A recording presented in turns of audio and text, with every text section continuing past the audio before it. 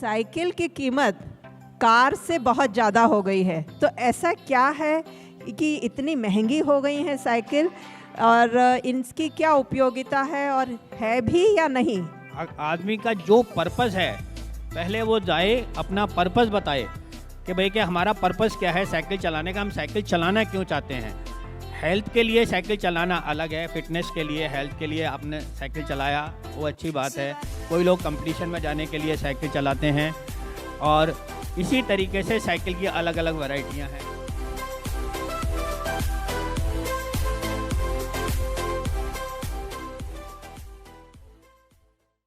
और आज हम देखते हैं कि साइकिल की कीमत कार से बहुत ज़्यादा हो गई है, तो ऐसा क्या है कि इतनी महंगी हो गई है साइकिल, और इनकी क्या उपयोगिता है और है भी या नहीं, इसके ऊपर प्रकाश डालें।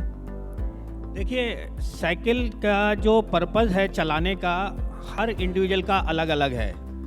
कोई सिर्फ खाली साइकिल को एक एंजॉयमेंट के लिए चलाता है, कोई उसको अपने काम के लिए चलाता है, कोई अपने उसका वर्कआउट के लिए चलाता है, तो अलग अलग हैं। कोई लॉन्ग डिस्टेंस के लिए साइकिल चलाता है, किसी को कोई रेस में जाना होता है, तो इसीलिए साइकिल की अलग अलग वैरायटी हैं। कोई टूरिंग के लिए जाता है, कोई पूरा इंडिया एक्सप्लोर करना चाहता है साइकिल से, तो वो टूरिंग के हिसाब से साइकिल लेगा। तो इसीलिए जिस आदमी का जो पर्पस है, पहले वो जाए अपना पर्पस बताए कि भाई कि हमारा पर्पस क्या है साइकिल चलाने का, हम साइकिल चलाना क्यों चाहते हैं।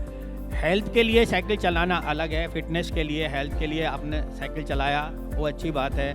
कोई लोग कंपटीशन में जाने के लिए साइकिल चलाते हैं, और इसी तरीके से साइकिल की अलग अलग वैरायटियां हैं। किसी को ऑफ रोडिंग करनी होती है, जंगलों में चलानी होती है, तो अलग अलग वैरायटी हैं। तो सबसे पहले आदमी जो साइकिल लेना चाह रहा है उसको माइंड मेकअप करना चाहिए कि मेरे को साइकिल किस लिए लेनी है।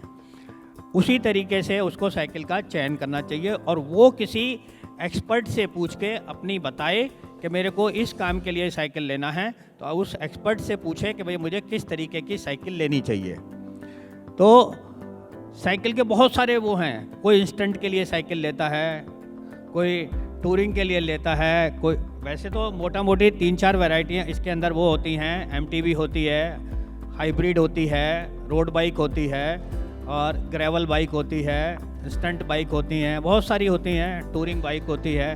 तो उस आदमी का पर्पस होना चाहिए कि मैंने साइकिल क्यों ली है। जनरली शुरू में जो आदमी साइकिल लेता है वो एक एमटीबी, वैसे एमटीबी वर्ड गलत है, इसको एटीवी बोलना चाहिए, ऑल टेरेन बाइक, जो किसी भी जगह पे चल जाए, चाहे वो कच्चा रास्ता है या पक्का रास्ता है।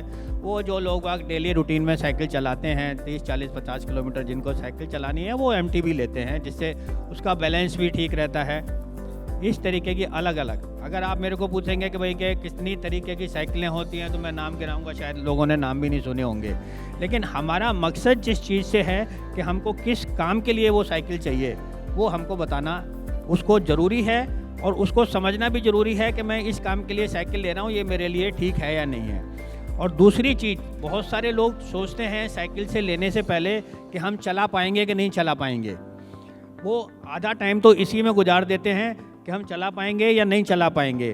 तो सबसे अच्छा ऑप्शन है, हर शहरों में होगा, लेकिन जयपुर की मैं बात करता हूँ, तो जयपुर में साइकिल रेंट पे मिलती है, कई जगह पे मिलती है। अगर आपको ऐसा लगता है कि हम चला पाएंगे या नहीं चला पाएंगे, हम पैसे वेस्ट करें या नहीं करें, तो हम उसको लिए कई सारी जगह हैं वहाँ साइकिल रेंट पे मिलती है। आप 5-10 दिन चला के देखिएगा, अगर आपको सूट करता है तो आप साइकिल चलाइए, नहीं तो वैसे ये बहुत अच्छा है, रेंट पे साइकिल लो, चलाओ और छोड़ो, और फिर जब मन आए तब चलाते रहो। ये तो वैसा ही है जैसे ऊबर ओला होता है, आप भी लीजिए और उसका आनंद लीजिए।